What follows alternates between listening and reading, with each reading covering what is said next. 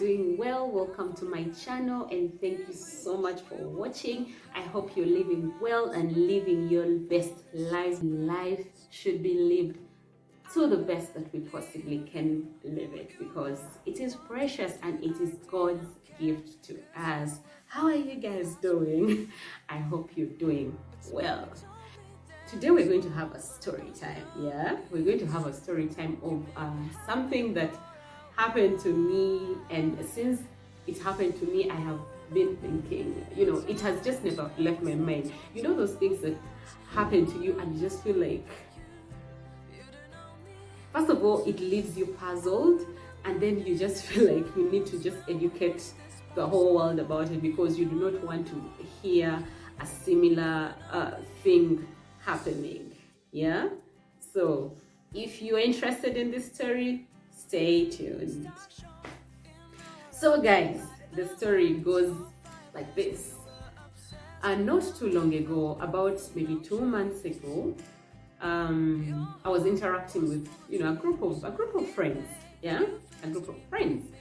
and we started talking about issues of childbirth and blah blah blah, and things like that. It was just one of those random conversations, and somehow you end up talking about the entire process of how mothers birth children. And then one of the ladies in the group said something that puzzled all of us. She said, women who give birth through cesarean section are not women enough. What? Women who give birth through C-section are not women enough. They are not strong women. They are not real women. Wow. I have never forgotten that statement. That statement disturbed me so bad that I don't even know. I just had to talk about it here. Because it could help somebody out there who could be struggling with the same mentality or had of something similar to that. And I just want to say that is very far from the truth. I personally gave birth through C-section. But as a matter of fact, if I had it my way, if I had to choose, I would definitely give birth, what people call the normal way. It is not the normal way, but, as you can see, I'm quoting it, what people call the normal way of giving birth, if I had my way.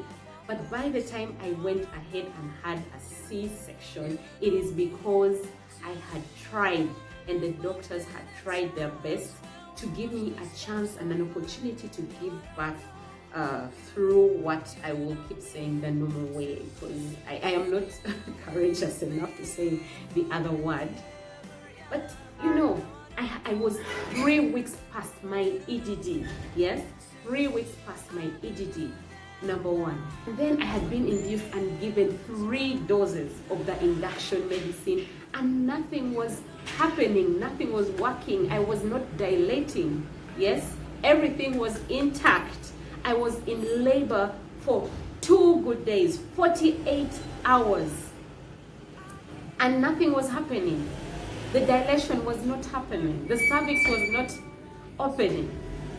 And so after 48 hours of trying in vain and being in labor with nothing working out, the doctors advised that I have a C-section. To be honest, I had not prepared for it. Never in my mind had I thought that I would go through a C-section. I don't know. There's a way when something has not yet happened to you, you always think it is for, a certain category of people, until it happens to you and you realize that actually these are real life situations.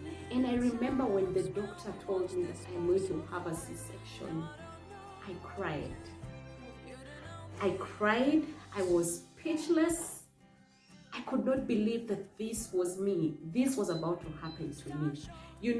When you hear of theater, all you think about is death. Everybody thinks all you think about is death.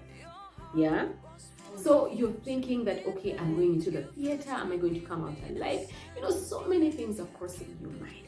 So at that time when I was told that I'm going to have a C-section, I cried. I was in denial. I could not believe it. I felt I had betrayed myself. I felt all the, negative thoughts and negative feelings that you can possibly imagine. And I remember when I was given the consent form to sign, I refused to sign. I refused to sign because I was not courageous enough. I'm thinking, okay, I'm signing into my death. Yeah. But now, I wish I had known better. I wish I had known better. So I wish I had known better. I wouldn't have been in that kind of denial that I was in at that specific moment. And I remember my husband as well freaked out. We were both scared. I mean, this was our first time being parents, and it wasn't really easy for us to just take in the idea that, okay, I was actually going to have a C-section. But after a lot of comfort and consolation from my mom, and some prayers from family members as well, and lots of encouragement, I braved myself and I said, let me go for it. And indeed, they brought, that thing that they used to roll people to theater. I mean, it was my first time to lie on that hospital bed. I could not believe. I actually, in my mind, I always thought that bed is for I don't know, like critical conditions, people who are doing really, really badly. But here I was fine. I was fine, except of course the fact that I was pregnant, and I am being, rolled away. It was so surreal. I can never forget that moment. And yes, fast forward, I was in theater, and it didn't even take long. And after just less than 20 minutes of the C-section procedure, I had that cry.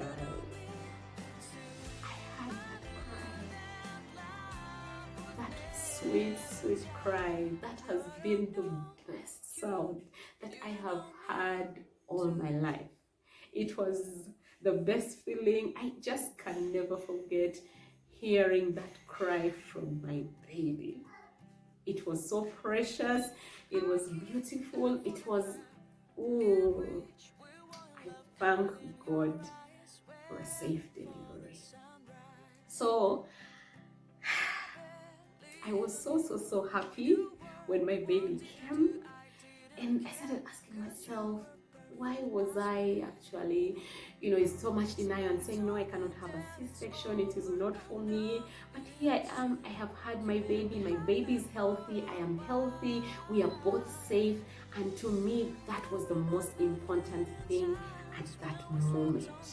And to all the mothers who have had C-sections out there, and for those who have not yet had, I just want to remind you that the most important thing is having mommy and baby alive and healthy.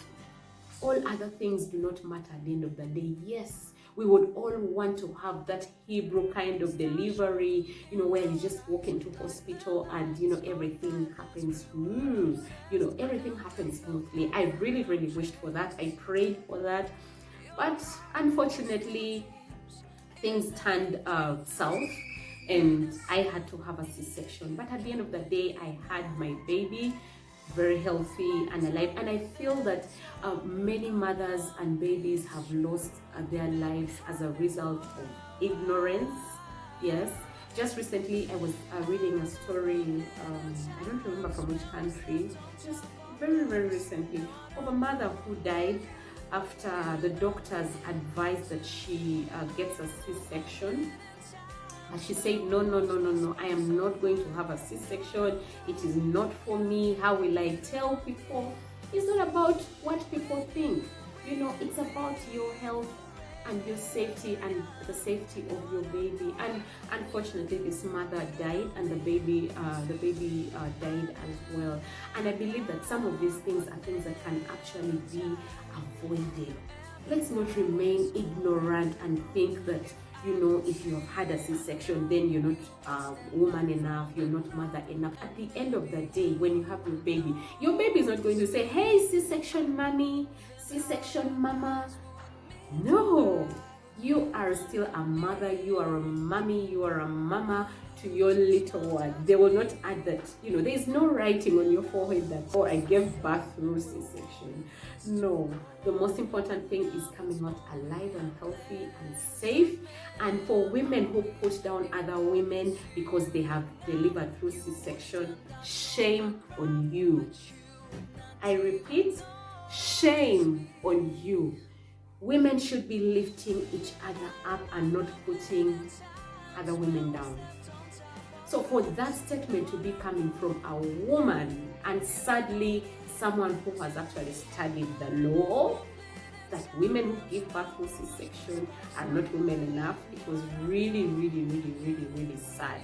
People give birth to C-section for several reasons. Yes, I know that in recent times, some people actually choose to give birth or choose to have their babies through section, but many times many women actually do not wish for it, but circumstances dictate otherwise.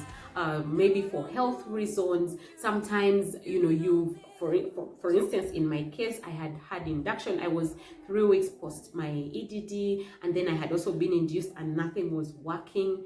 So at the end of the day, doctors will choose what is safe for you. Some women get either very high blood pressure or low blood pressure, and the best thing to do is have a C-section. And then it's for so many health reasons. And I know at the end of the day, the most important thing is having your baby alive and healthy. Please spread word out there. Tell your friends, your in-laws, your haters, your outlaws, everybody, that even women who give birth through C-section are women enough. We are mothers. The most important thing is having a baby and a mother who is alive and healthy. All the other things, I've even heard of stories of women who after giving birth through C-section, when they go back home, they keep it a secret, because there are so many. It's so sad that there are so many people out there who are so nosy that after giving birth, you even have the guts to call me and ask me, okay, yes, congratulations upon the baby, and then you ask, how did you give birth? Was it a normal delivery or C-section? Come on. Really? I think that's not a question worth asking. And so some women actually go home and they hide, the mode of delivery. I just believe that, like, just the way you can give birth vaginally, C-section is also the other way through which a woman can give birth. Other than that, thank you so much for watching. Women, please, let's lift each other up. Let's not tear each other down. Let's continue to sensitize and inform people that it is okay to give birth through a C-section. If you cannot have it the vaginal way, it's okay. Let's not lose more mothers. Let's not lose more babies to ignorance. Okay? Thank you so much for watching, and stay blessed. Do not forget to live a limitless life. I love you all. Bye. I know it's true.